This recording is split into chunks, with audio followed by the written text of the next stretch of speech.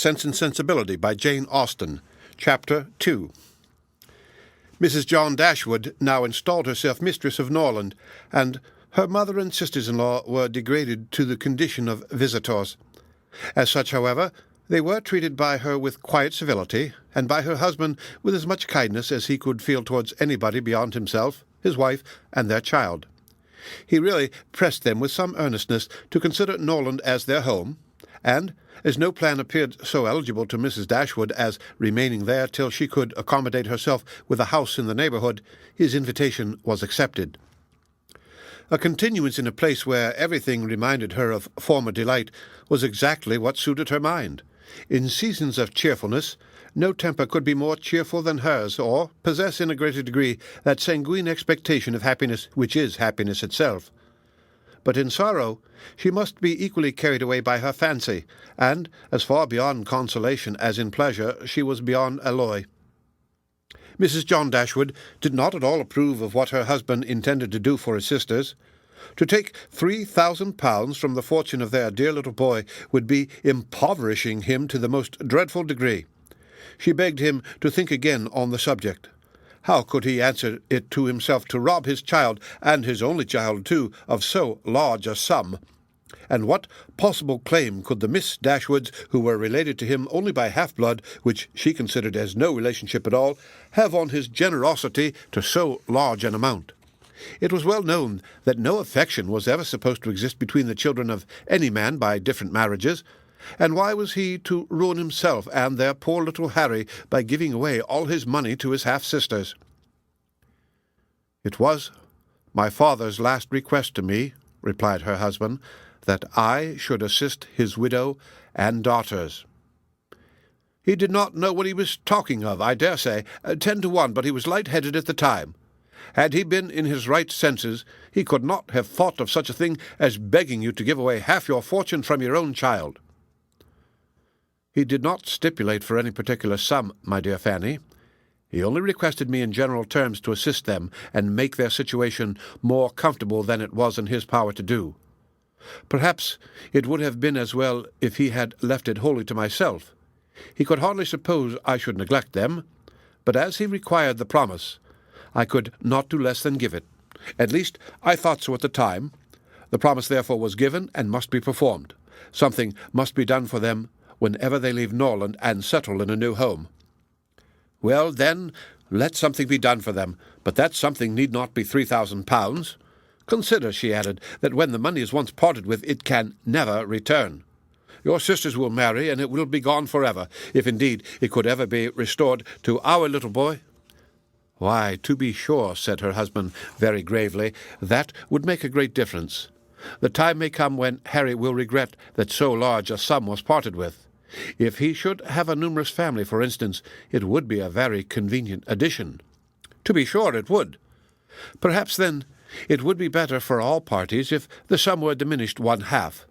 £500 would be a prodigious increase to their fortunes." "Oh, beyond anything great. What brother on earth would do half so much for his sisters, even if really his sisters, and, as it is, only half-blood? But you have such a generous spirit." "I would not wish to do anything mean," he replied. "One had rather on such occasions to do too much than too little. No one, at least, can think I have not done enough for them. Even themselves, they can hardly expect more." "There is no knowing what they may expect," said the lady, "but we are not to think of their expectations. The question is what you can afford to do." "Certainly. And I think I may afford to give them £500 apiece. As it is, without any addition of mine, they will each have above £3,000 on their mother's death, a very comfortable fortune for any young woman." "To be sure it is, and indeed it strikes me that they can want no addition at all. They will have £10,000 divided amongst them. If they marry, they will be sure of doing well, and if they do not, they may all live very comfortably together on the interest of £10,000. "That is very true, and therefore I do not know whether, upon the whole, it would not be more advisable to do something for their mother while she lives rather than for them. Something of the annuity kind, I mean. My sisters would feel the good effects of it as well as herself. £100 a year would make them all perfectly comfortable." His wife hesitated a little, however, in giving her consent to this plan. "To be sure," said she, "it is better than parting with £1,500 at once. But then, if Mrs. Dashwood should live 15 years, we shall be completely taken in." 15 years! My dear Fanny, her life cannot be worth half that purchase. "Certainly not, but if you observe, people always live for ever when there is any annuity to be paid them, and she is very stout and healthy and hardly 40. An annuity is a very serious business.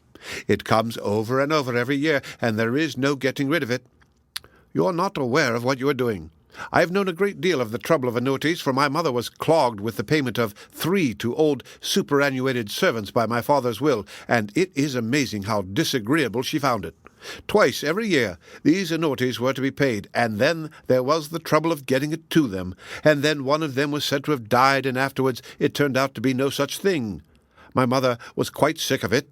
Her income was not her own, she said, with such perpetual claims on it, and it was the more unkind in my father because otherwise the money would have been entirely at my mother's disposal without any restriction whatsoever. It has given me such an abhorrence of annuities that I am sure I would not pin myself down to the payment of one for all the world." "It is certainly an unpleasant thing," replied Mr. Dashwood, "to have those kind of yearly drains on one's income. One's fortune, as your mother justly says, is not one's own. To be tied down to the regular payment of such a sum on every rent day is by no means desirable. It takes away one's independence." "Undoubtedly, and, after all, you have no thanks for it. They think themselves secure. You do no more than what is expected, and it raises no gratitude at all. If I were you, whatever I did, I should be done at my own discretion entirely. I would not bind myself to allow them anything yearly. It may be very inconvenient some years to spare £100 or even £50 from our own expenses." "I believe you are right, my love. It will be better that there should be no annuity in the case. Whatever I may give them occasionally will be of far greater assistance than a yearly allowance, because they would only enlarge their style of living if they felt sure of a larger income, and would not be sixpence the richer for it at the end of the year. It will certainly be much the best way. A present of £50 now and then will prevent their ever being distressed for money, and will, I think, be amply discharging my promise to my father." "To be sure it will. Indeed, to say the truth, I am convinced within myself that your father had no idea of your giving them any money at all.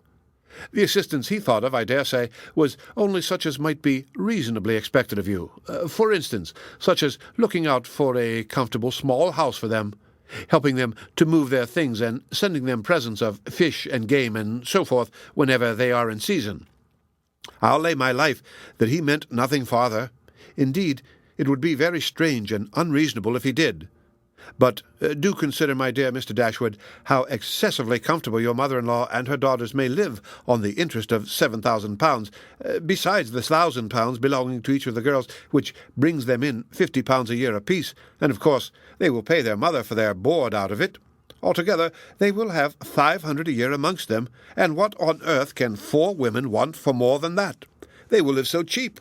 Their housekeeping will be nothing at all. They will have no carriage, no horses, and hardly any servants. They will keep no company, and can have no expenses of any kind.